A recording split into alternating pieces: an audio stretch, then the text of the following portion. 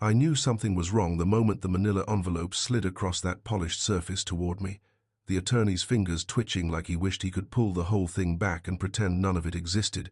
And for a second I honestly believed he would do exactly that, because his eyes kept bouncing between the folder and my face as if he was trying to calculate whether the truth inside it was going to break me or ignite something far worse.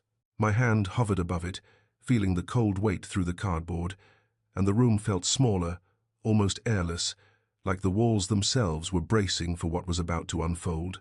The fluorescent lights hummed, the kind of buzz that drills into your skull when the world is too quiet. I lifted the cover. My breath stalled.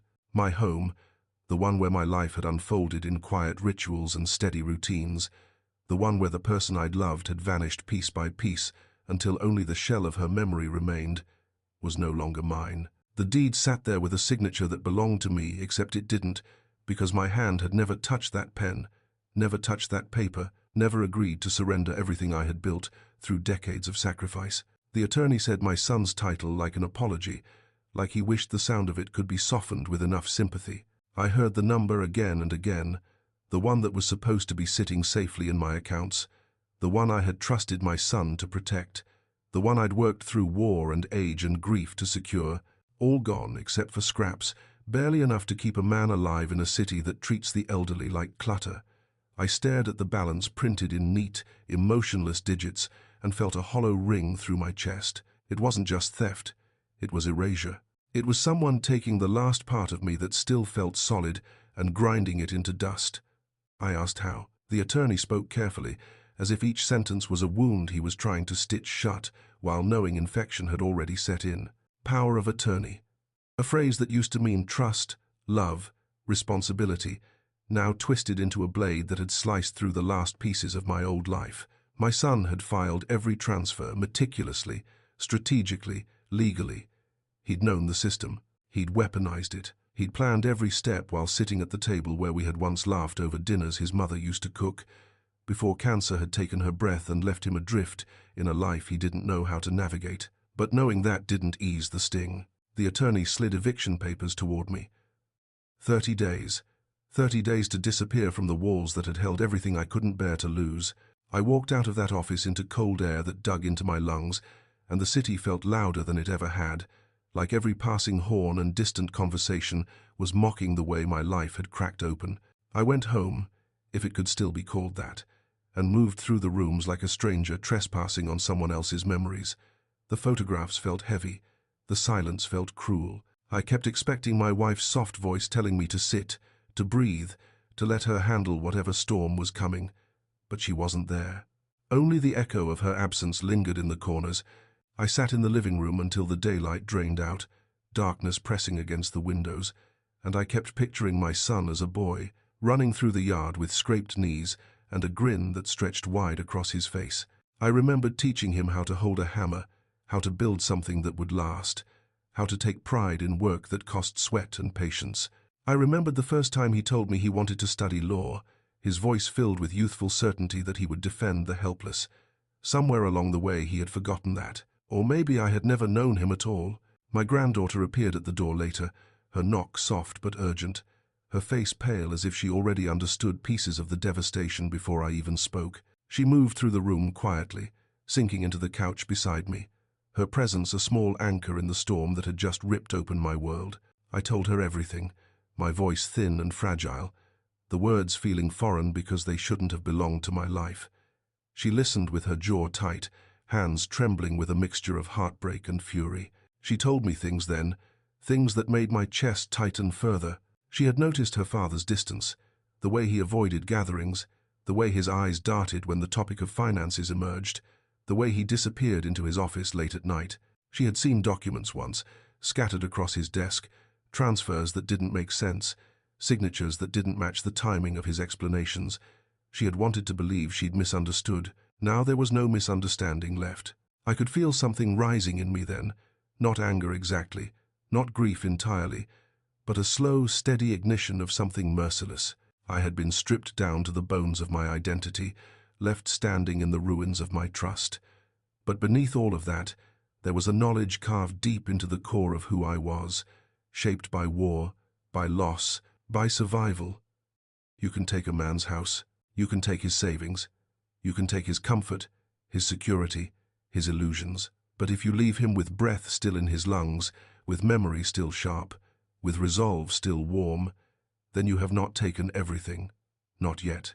I looked around that living room for what I knew might be one of the last times, and felt the quiet settle into something different, something not defeated but waiting for the moment I would rise from this shattered place and trace every lie back to its source.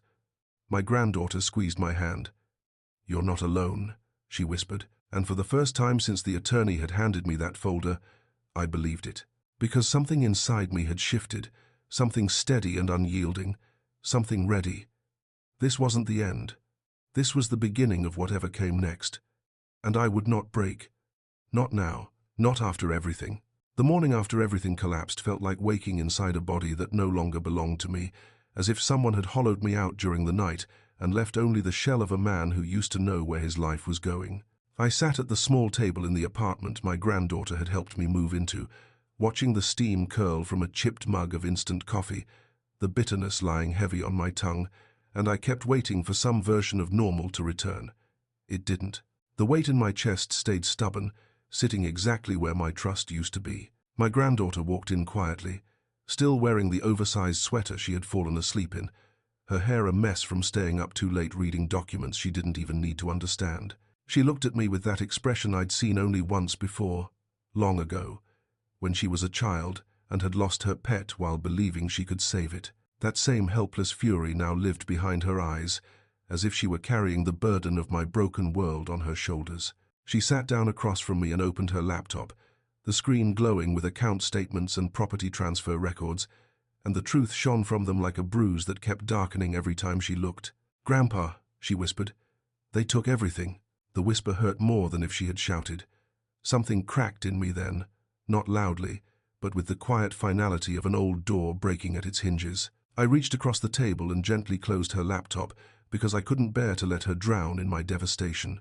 There was silence between us, the kind that stretches tight when neither person knows how to mend what has been torn apart. Eventually she rose, walked to the window, and stared out at the grey sky hanging low over the city. The streets below felt like another world, full of people who had no idea a life had been gutted in the middle of the night. She turned back to me, her face pale but determined. "We're going to fix this," she said. Her voice held a fire she must have inherited from some part of me I'd forgotten still existed. I wanted to believe her, truly.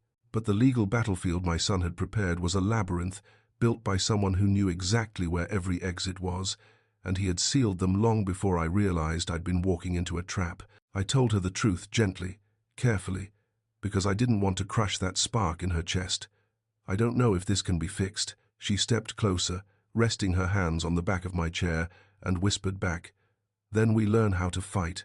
Her certainty startled something awake inside me. I found myself remembering the man I had been long before illness and grief had stripped my household down to silence, long before retirement papers and pension statements had become my last defense against the world.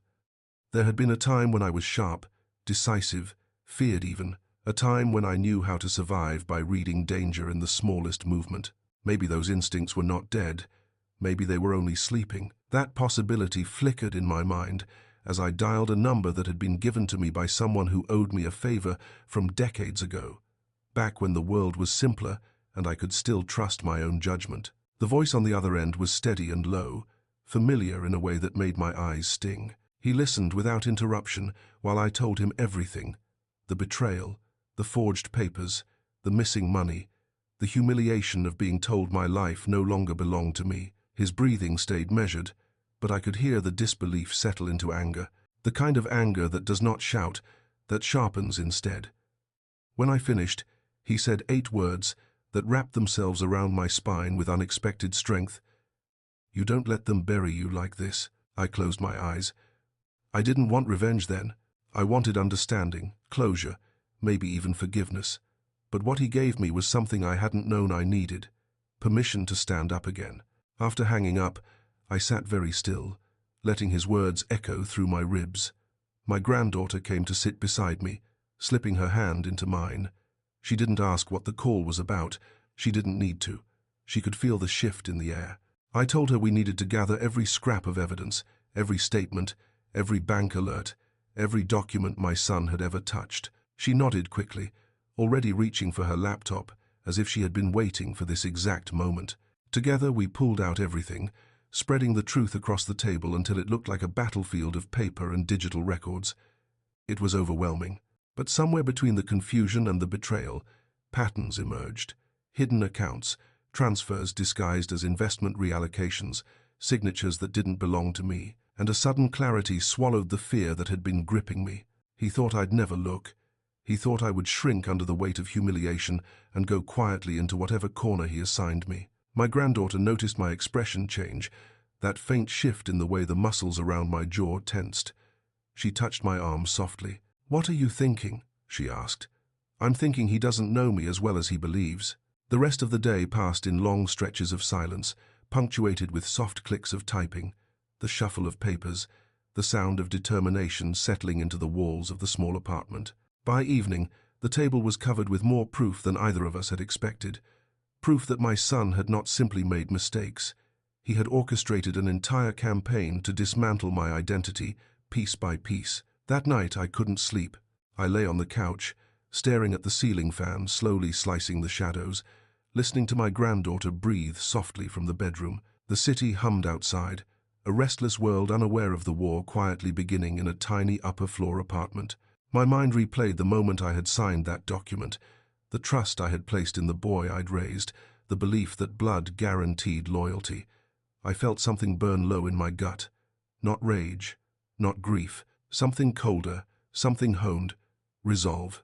I stood, walked to the window, and let the city lights flicker across my face. The person who had walked into that attorney's office, helpless and shaken, was gone. In his place stood someone older, slower perhaps, but sharper than I had been in years. Betrayal has a strange way of scraping away the softness. It leaves behind only the truth of what a person is when stripped bare. And as I watched headlights streak through the night like small falling stars, I felt something solid return to my spine. I whispered it to the glass so softly that only the night could hear. "I'm not finished, not even close." Behind me, my granddaughter stirred, half asleep, her voice drifting through the dimly lit room with quiet certainty. "I'm with you, Grandpa." And that was enough. Enough to begin. Enough to rise. Enough to fight in the way only a person who has already lost everything can fight. The call from the attorney came 2 days later while I was sorting through another stack of documents, each page a reminder of how deeply the betrayal had carved itself into my life, and even before I answered, I knew the voice on the other end would bring another shift in the ground beneath my feet. The attorney spoke in careful, measured tones, as if afraid that what he was about to say might snap whatever fragile structure I was building out of the wreckage, but he underestimated how betrayal hardens a person until even the worst news simply settles into place like another stone in an already heavy foundation. He told me the next hearing would determine whether the court believed the narrative my son was weaving, the one where I was supposedly a confused, aging man making erratic choices, the one where he was the dutiful guardian entrusted with protecting me from myself. Hearing those words spoken aloud, hearing the shape of the lie the world might accept, something cold coiled inside me, not rage but a bitter chill that came from seeing how easily truth can be buried if spoken by someone with a louder voice and cleaner clothes. My granddaughter sat beside me during the call, her hand gripping the edge of the table so tightly, her knuckles blanched white. And when I hung up, she looked at me with a fear she didn't bother to hide. "What if they believe him?" she whispered, her voice cracking the way a thin piece of glass cracks when pressed too hard at the center. I didn't answer right away because I was imagining the courtroom, imagining the polished words my son would use, the sorrowful expressions, the practiced sincerity. I imagined him painting himself as the hero in a story where I was the failing patriarch needing rescue, and I imagined the people in the room nodding, believing him, dismissing me. But then I looked at my granddaughter, whose eyes carried a loyalty more fierce than anything I had left in this world, and I realized that the only way to survive was to stop reacting and start attacking. I told her we needed proof no one could twist, no one could reinterpret, no one could drown under layers of legal jargon and polished fabrications, proof that had a pulse, proof that breathed, proof that bled. She leaned closer, listening with the intensity of someone who would follow me into any fire if I simply said the word. "We start with his office," I said quietly. The hesitation that flashed across her face vanished almost instantly, replaced by the same stubborn resolve that had filled her since she first saw what he had taken from me. "But how?" she asked. "He's blocked our access to everything." That was true, at least in the conventional sense. But a lifetime of surviving institutions taught me something more valuable than trusting rules. It taught me how to observe, how to decode, how to slip into spaces where truth hides when people are afraid of it. We waited until evening, until the office building emptied enough that footsteps echoed instead of overlapping, until the hallways became long tunnels of flickering light and stale carpet. My granddaughter stood beside me at the entrance, her breath quick and shallow, but her eyes steady. I had forgotten how exhilarating fear could be when it served a purpose.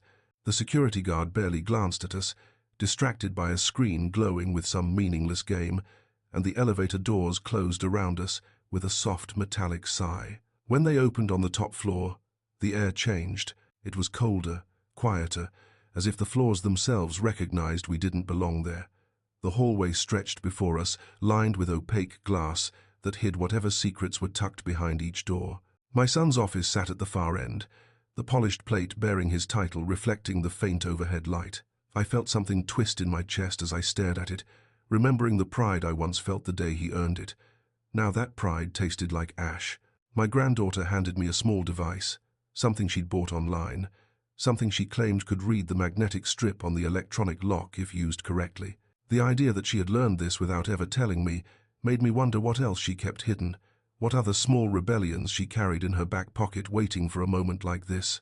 The lock clicked. The sound was soft but final, like a chain slipping free. We stepped inside. The office smelled faintly of cologne and stale coffee, the scent of long nights pretending to work while quietly siphoning away someone else's future. Papers lay neatly stacked on the desk, too neatly, too deliberately arranged, as if placed to create an illusion of order over chaos. My granddaughter moved quickly, scanning each document with her phone, her movements efficient and silent. Most were harmless, strategic distractions, nothing that even hinted at the truth we needed. But something tugged at my attention, a faint difference in the grain of the wooden shelves near the window. I approached them slowly, sliding my fingertips across the polished surface until I found the slight indentation, the seam barely visible beneath the warm tones of the wood. A hidden compartment. He always loved tricks like that, even as a child, when he would hide toy soldiers inside the gaps of the staircase, convinced he was creating secret worlds no one else could enter. I pressed gently. The panel clicked inward. Behind it sat a thin folder, unmarked, unassuming, the kind of item people hide only when it carries weight that could destroy them. I reached for it with a hand that trembled despite everything I wanted to project. Inside were statements filled with numbers that didn't make sense, transfers to accounts hidden behind shell companies, payments labeled as consulting fees that were nothing more than disguised withdrawals. And there were printouts of gambling logs, dozens of them, digital fingerprints of compulsion and self-destruction. Evidence. Real, undeniable, poisonous evidence. My granddaughter stared at the papers with a mixture of horror and vindication that twisted her expression into something older, something wiser. "This will ruin him," she whispered. "It already has," I replied. "We took what we needed, leaving everything else untouched so the illusion of control he clung to would remain intact a little longer." The ride back down the elevator felt unreal, like the world had shifted on its axis and was struggling to balance again. When we stepped outside the building, the night air hit me like a baptism, cold enough to wake every nerve in my body. We walked in silence until she finally asked, "Grandpa, what happens now?" I looked ahead at the city lights blazing their indifferent glow across the skyline. "What happens now," I said slowly, "is that the truth steps out of the shadows. And once truth steps forward, lies don't survive very long." She nodded, gripping the folder tightly against her chest. I felt the weight of the night around us, thick and humming, like something alive. I had lost everything. But I had gained something I never expected, a weapon forged in darkness, sharpened by betrayal, carried by blood that refused to abandon me. And as we walked home, side by side, I realized this was no longer a story about what had been stolen. It was a story about what was coming, and it was only beginning. The day of the hearing arrived with the kind of grey morning that settles low over the city like a warning, and I felt it pressing against my chest long before I stepped foot outside, a quiet heaviness telling me this was the moment everything would tilt one way or another. My granddaughter hovered near the door, clutching the folder containing the evidence we'd recovered, her fingers pressed into the cardboard like she feared it might vanish if she didn't hold it tightly enough. I could see the anxiety in her movements, the way she kept smoothing her sleeve, the way she inhaled sharply every time I adjusted my coat. She was trying to be strong for me, but the truth was she was carrying the weight of what her father had done in a way that contorted her youth into something fragile and haunted.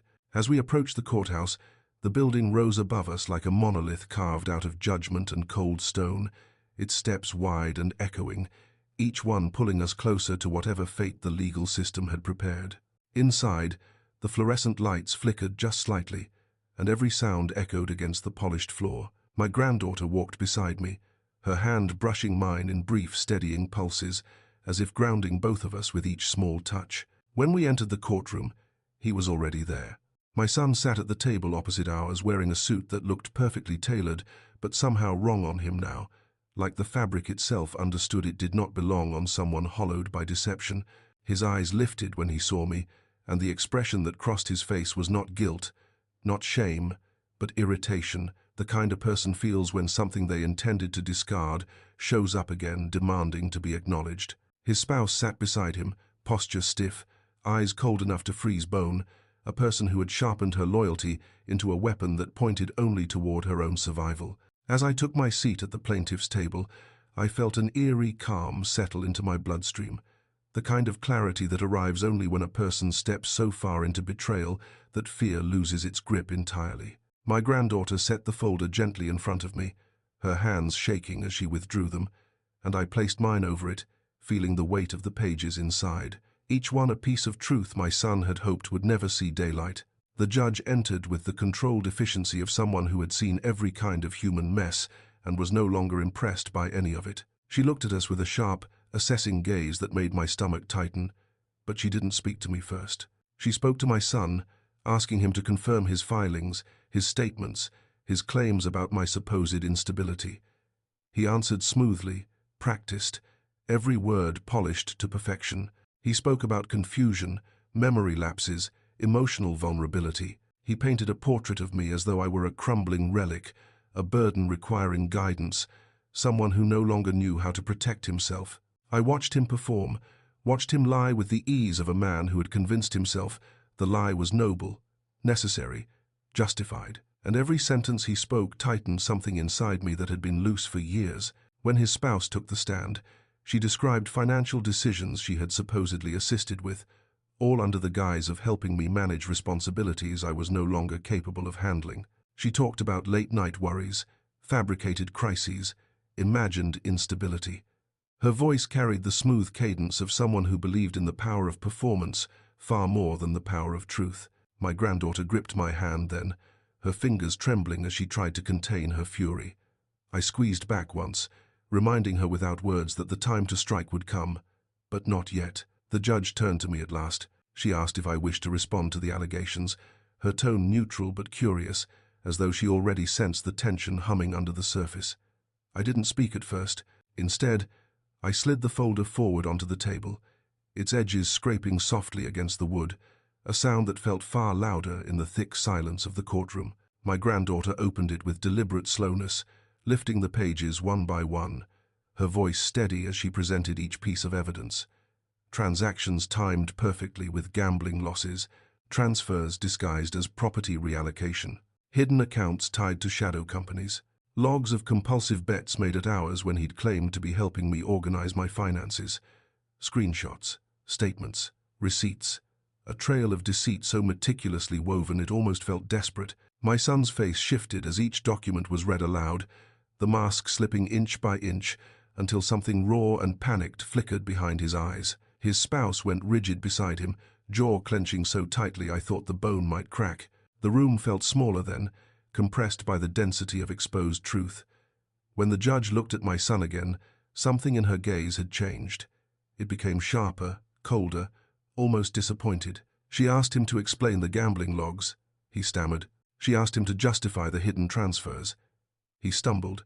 She asked him to clarify the forged signatures. He fell silent. The silence stretched so long the air itself felt strained, and in that moment I felt the shift, the moment when power slips from the hands of the deceiver and returns to the one who has been wronged. The judge ordered a forensic audit, immediate and comprehensive. She suspended his authority over my assets. She restricted his access to any remaining accounts. She ordered protection for me, temporary but enforceable. The courtroom buzzed with whispers as she delivered the ruling, but I didn't hear them. I heard only the quiet breath my granddaughter released beside me, a sound so small and yet so full of relief it pierced the thick air like a blade of light. My son stood abruptly, knocking over his chair, his face contorted with a mixture of disbelief and rage. He looked at me as though I had betrayed him, as though exposing the truth he had buried was an act of cruelty rather than survival. His spouse grabbed his arm, whispering something sharp and frantic, but he yanked away, his eyes locked on mine. "You ruined everything," he spat. The words echoed in the near-empty courtroom. I rose slowly, feeling the tremor in my knees, feeling the years in my bones, but also feeling a strength I thought I had left behind long ago. "I didn't ruin anything," I said quietly. "You did that yourself." He opened his mouth to respond, but the bailiff stepped between us, guiding him toward the back hallway where attorneys waited with questions that would now feel more like accusations. My granddaughter wrapped her arm around me as we walked out of the courtroom, her steps light but her grip firm, like she was anchoring herself to me so she wouldn't collapse under the weight of all she'd just witnessed. Outside, the air felt different, brighter, wider. The world wasn't fixed, not yet, but it had cracked just enough to let possibility seep back in. My granddaughter looked up at me with eyes still shining from the storm inside the courthouse. "Grandpa," she whispered, "what happens next?" I took a breath that filled me more than any breath had in months. "Now," I said, "we finish this." And I meant it. The storm that followed the hearing did not arrive all at once but seeped in slowly like water finding the smallest cracks in a weakened foundation, spreading until every corner of my life felt touched by the upheaval that had erupted inside that courtroom. In the days that followed, I felt an almost electric tension in the air, as if the truth we had unleashed had set something in motion that no one could control anymore. My granddaughter stayed with me every evening, moving through my small apartment with the quiet determination of someone who had decided that vigilance itself was an act of protection. She reorganized drawers, checked the locks twice before bed, charged her phone constantly in case we needed to record anything or call someone quickly. I watched her sometimes when she thought I wasn't looking, the way she tried to keep her shoulders set as if nothing frightened her, the way she swallowed hard whenever an unfamiliar number appeared on her phone. She was young, yes, but this ordeal had carved something sharp into her, something resilient and fierce, and in a way that terrified me more than any courtroom battle. She shouldn't have had to carry this. On the third morning after the hearing, the investigator assigned by the court arrived at my home. He was a quiet older man with a patient gaze, carrying a binder so thick it looked like it held the blueprint for an entire life. He asked permission to sit, and when I nodded, he placed the binder on the table and opened it to a page marked with a small adhesive tab. The page was filled with charts, columns of numbers, transfers, timestamps. He explained what they meant, his voice low and steady, each word peeling away another layer of the false narrative my son had crafted. Hidden withdrawals made within minutes of phone calls he had claimed were about my well-being. Property appraisals manipulated to justify selling assets at a fraction of their value. Signatures that looked eerily like mine but wavered in places my hand would never falter. And then there were the gambling records. They stretched back years, not months, years of private bets, online wagers, short bursts of frantic losses, followed by stretches of equal desperation as he tried to win back what he had buried in digital casinos.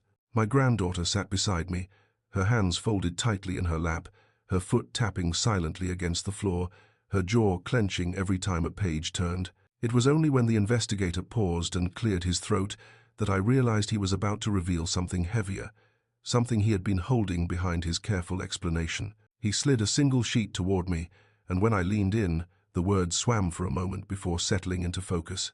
It was an affidavit signed by a financial counselor at a clinic downtown. The signature was dated months before the betrayal had fully erupted, and the statement said my son had been warned he was on the brink of financial collapse. He had been urged to seek treatment for compulsive gambling, but he had refused, insisting he had a plan, insisting he would fix everything without help. My granddaughter let out a tiny, wounded sound, barely audible, but enough to punch straight through my chest. The investigator closed his binder then, saying the full report would be completed soon and that the judge would likely issue further restrictions once she reviewed the findings. After he left, the apartment felt heavy, like every word he had spoken still lingered in the air. My granddaughter moved to the window, pressing her forehead to the glass, staring out at the street below as if searching for some explanation in the quiet movement of passing cars. I approached slowly, placing a hand on her shoulder. She didn't turn, didn't speak, but her exhale trembled. "He was supposed to be someone I could trust," she whispered. "He was supposed to be there for you, not take everything from you, not take everything from us." I felt that. The plural. The wound was not mine alone. The manipulation had reached through generations, twisting itself into a legacy of pain. By the end of the week, we were summoned back to the courthouse. The hall outside the courtroom hummed with a tension that seemed even heavier than before, as if everyone could sense this was no longer just a procedural matter, but the threshold of something irreversible. When the door finally opened, the judge's face was unreadable, her eyes sharp, her mouth set in a line that hinted she had read every page of the investigator's report and carried an understanding of the betrayal that went far deeper than legal language could capture. My son sat with his spouse at the other table, both of them rigid, eyes darting toward us with a mixture of fear and bitterness. The judge began by summarizing the findings, her voice carrying through the room with a controlled clarity that made each sentence feel like another door slamming shut behind my son. She spoke of deliberate misconduct, of calculated deception, of coercive financial control. She spoke of signatures forged with precision, of transfers disguised through layered intermediaries, of emotional manipulation weaponized against vulnerability. And then she said something that nearly knocked the breath out of me. "This was not a moment of poor judgment," she said. "This was a pattern of exploitation, a sustained effort to strip autonomy from a parent under the guise of care." My son bowed his head then, his shoulders collapsing inward, the full weight of what he had done finally sinking into him with a force he could no longer deflect or rationalize. The judge terminated any access he once had to my finances. She barred him from acting in any legal capacity on my behalf. She froze assets tied to the fraudulent accounts. And then she did something unexpected. She ordered mandatory counseling for him, not because she wished to spare him consequences, but because she understood that destruction of this magnitude rarely comes from greed alone. After the hearing, he approached us in the hallway, his steps hesitant, his eyes hollow in a way that made him look older than me. He stopped a few feet away, as if afraid to come closer. His voice cracked when he spoke. "I didn't know how to stop once it started," he said. "I didn't know how to come back from it." My granddaughter took a step forward, her face hardening into something fierce. "You could have stopped any time," she said softly. "You just didn't want to." The truth landed between them like a breaking glass. He nodded then, a broken, slow nod, and whispered an apology that felt too small for the damage he had done, but still real in its rawness. As he walked away with his spouse, trailing silently behind him, I felt something shift inside me. Not forgiveness, not yet, maybe not ever, but recognition that the person he had become was not born in an instant of betrayal but built slowly out of weakness, fear, desperation, and choices that compounded into ruin.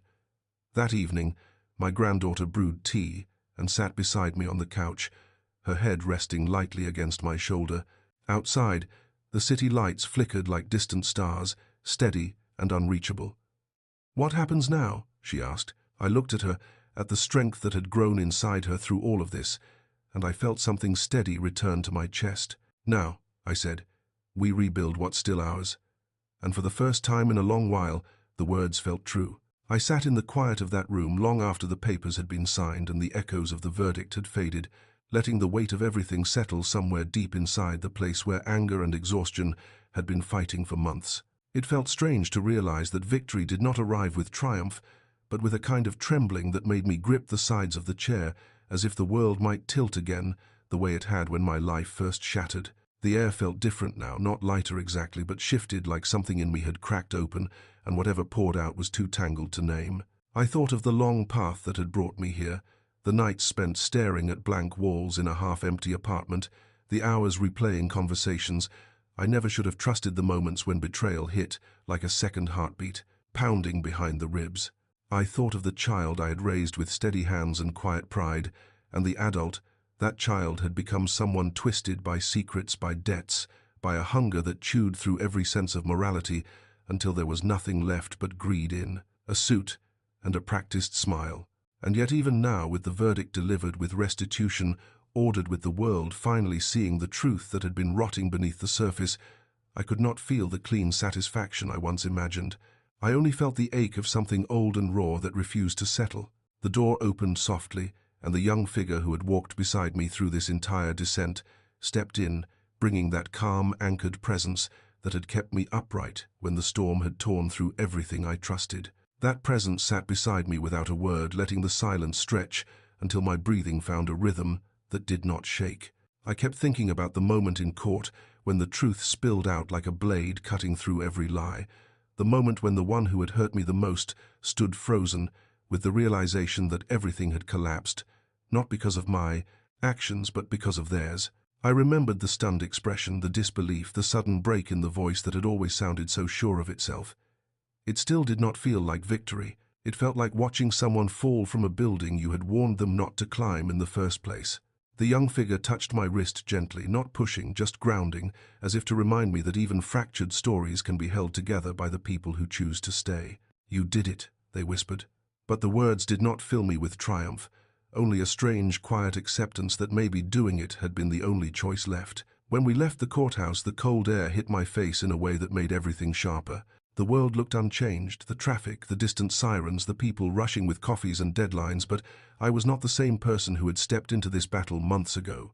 I walked to the small apartment, the one that had once felt like exile but now felt like proof that survival is possible even in shattered form. That night I sat at the table holding the verdict documents and the letter that had started everything. The letter trembled in my fingers, though I had read it so many times that I knew every sentence by heart.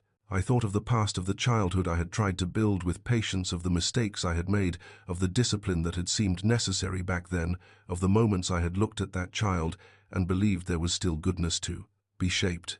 I wondered where the breaking point had been. Was it the accident, the pain medication, the debt, the pressure, or something quieter like resentment blooming in shadows? I never noticed. People do not fall all at once. They slip a little at a time until the ground is too far away to climb back to. I closed my eyes and let myself feel the exhaustion, the grief, the thin thread of compassion that still tugged at the edges no matter how much I tried to sever it. In the morning I found myself writing a letter, not out of obligation, not out of hope, just out of the simple understanding that some wounds must be acknowledged even when they cannot be healed. The words came slowly, then faster, spilling out of me until the page held something that was neither forgiveness nor condemnation, but a truth shaped from the ashes of everything we had lost. I wrote that the choices made had destroyed trust but not memory, that betrayal had broken something that might never be repaired, but the history of shared years could not be erased, that pain had carved deep lines into me, but those lines did not erase the love that once existed. I wrote that accountability had come and must be faced fully, without excuses, without hiding behind addiction or fear or desperation. I wrote that healing was possible but not guaranteed, that change would require years of honesty and work, and nobody could do that except the one who had fallen. And I wrote that I would not close the door completely, that there would always be a narrow space where possibility could breathe, even if I never stepped through it again. When I finished the letter, my hand felt heavy, but my chest felt strangely steady. I sealed it and left it on the table without deciding whether I would send it. Healing is not a straight line. It bends, it recoils, it stumbles. I knew that. That afternoon I visited the foundation office, a small room filled with papers and old laptops and quiet determination. We spoke with people who needed help, who sat with hands shaking the same way mine had months ago, who told their stories with voices cracking under the weight of betrayal from their own families. I looked at them and saw myself in each of them, not the lost money, not the legal battles, but the hollow place inside where trust used to live. I told them we would fight with them, that they were not alone. The words felt true. Later, when evening settled, I stepped onto the balcony and watched the city lights flicker in the distance. The air carried a chill that felt almost cleansing. For the first time in a long time, I felt something like peace, not the loud, triumphant kind, but the fragile kind that sits quietly in the bones and whispers that survival is enough. I thought about the one who had betrayed me, sitting in a place of consequence, forced to face the wreckage of their choices. I hoped they would change, but I no longer needed that hope to survive. I thought about the young figure who had stayed by my side, offering loyalty that had not been earned by blood but by choice. That loyalty had become the anchor of everything I was rebuilding, and I thought about myself, about the brokenness, the resilience, the slow, painful reconstruction of a life that now belonged entirely to me.